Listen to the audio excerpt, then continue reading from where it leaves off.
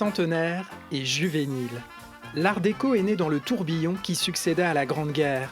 Ces années folles vécues par la bonne société au rythme trépidant du Charleston.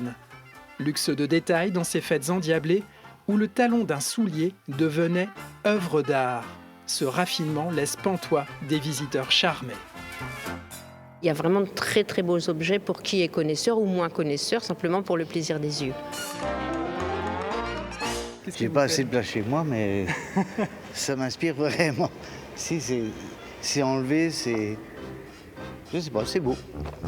En 1925, l'exposition internationale des arts décoratifs et industriels modernes sonna le coup d'envoi de cette révolution à Paris, forcément. Quelques pièces présentées alors se retrouvent à Saint-Quentin, tel ce Naja prêt à frapper. Et bien au-delà d'un style, il s'agit d'un art de vivre. C'est une explosion. Cette révolution est féminine. La guerre a changé les règles au sein du foyer. L'émancipation a débuté. La liberté se gagne sur le front vestimentaire.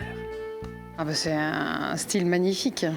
Élégance, modernité, mise en valeur de la femme sous tous les aspects, là, les chaussures, les chapeaux, voilà, des pieds à la tête.